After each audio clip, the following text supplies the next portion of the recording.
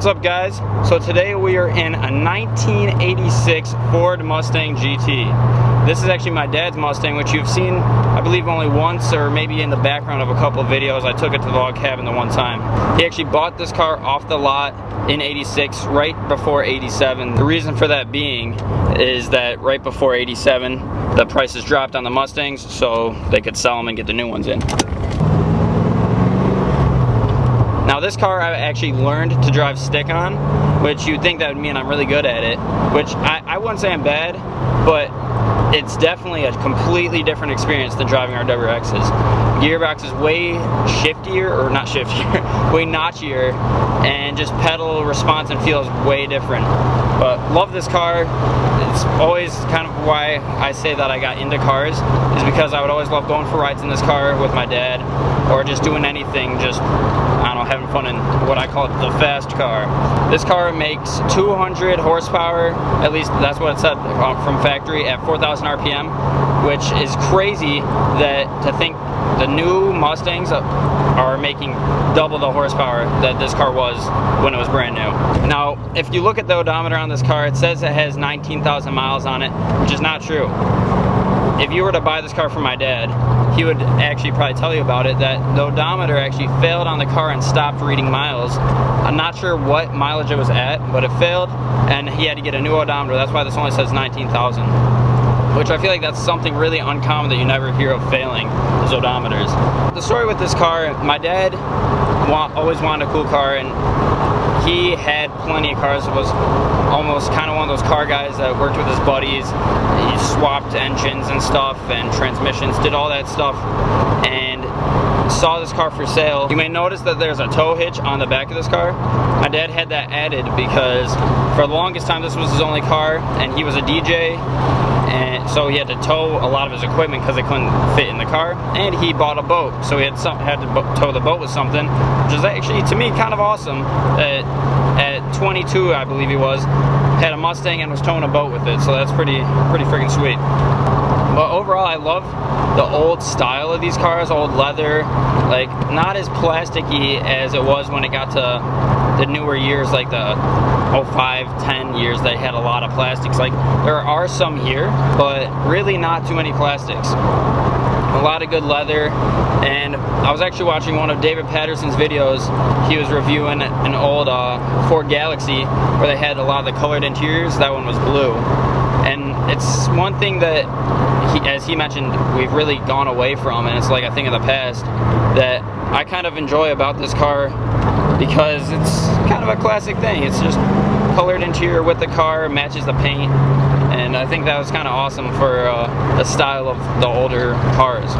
This car has been dinged up a couple times because as this was my dad's only car, he did have to drive it through the winter, and had a couple, one that I know for sure was he was coming home late from either work or hanging out with his friends, and it was almost like just end of winter night where he's rolling up to a stop, or not a stop sign, an intersection, and there was full of ice, and he just slid right through, and I think what happened, I think he just hit someone's bumper. And there's been just like a couple little instances like that where just like little things. Other than that, just feelings for me about it. I like the car. It's a good feel, really nice notchy, and obviously not that much power if it's only making 200, but it's enough for me to have a good time in it, and I think that's really all that matters. So I'm gonna pass this off to Jordan, let him get some good seat time, and tell you guys what he thinks about the car. So overall, my perspective of this car, I know Ryan talked a lot about the story. What I wanted to pretty much talk about with this one is kind of like cosmetics and stuff like that. For number one, a lot of people say that they actually do not like the Foxbody. The Foxbody is one of the Mustang generations that's kind of like drawn out from the rest. They don't look anything like the rest of the Mustangs. But personally, and I know Ryan as well, we actually enjoy this body style. It's not that bad. And even though this car is completely stock, it still looks great. Even with this color, like I personally love maroon. Maroon's one of my favorite colors. It's like maroon from the outside to the inside with a lot of gray and kind of chrome trim pieces, and personally I like it. There was another Mustang that I wanted to talk about that was a Foxbody that we saw at STM, and this one was actually a big turbo 5.0 Mustang Foxbody generation. And it's kind of crazy how you can see from one like this that has been kept very clean and completely stock, to someone who wants to mess around with the motor and actually get it going and put a big single turbo on it. And that car was actually insane, so it kind of just shows the potential if you wanted to actually put it to racing. I know for this car, the only thing you could pretty much race it with is like in a straight line, which obviously it's a Mustang from the 80s, it's a straight line car, not going to be doing too much handling. But overall, I love this car. The interior of it, like the dash and stuff, reminds me of a tank. It looks like a bunch of tank gauges, or even out of an airplane or something. Everything's very straight line edge.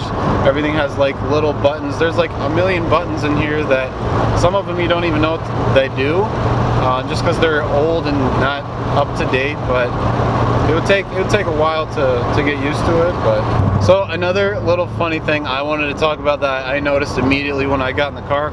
I don't know why I noticed this, but up on the ceiling here, where you normally have like your lights for at nighttime if you need to see stuff in the cabin, it has like this little like switch down light that looks kind of creepy. It's kind of weird.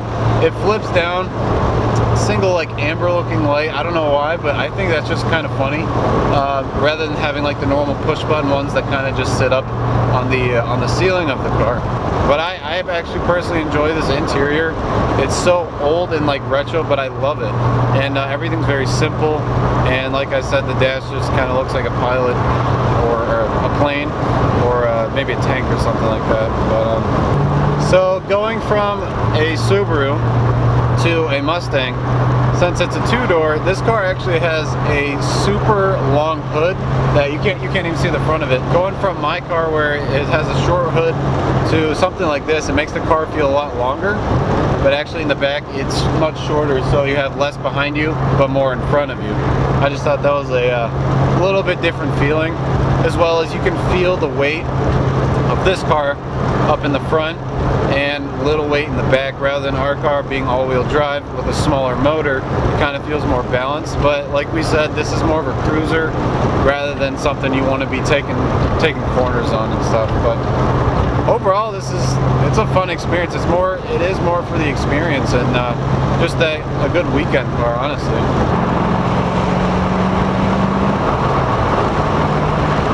A big thing about this year, specifically the 1986 Foxbody generation, the 1986 is actually the first year that they did direct injection for fuel. The year before this was carbureted, so I think that's kind of a cool thing, is that he got the version that just came out with the first ever fuel injection rather than a carbureted motor. So thank you guys so much for watching this quick little review video. This is our second V8 car that we have done, and we have completely enjoyed it. Thank you to Ryan's dad for letting us take this out for the day, and make sure you guys check us out on Instagram and Snapchat, where we post everything that's going on. We also post like when videos come out as well. Also, turn on that notifications of when we post our newest videos. Make sure you guys do that. Thank you guys so much for watching this video. Peace out and stay wicked.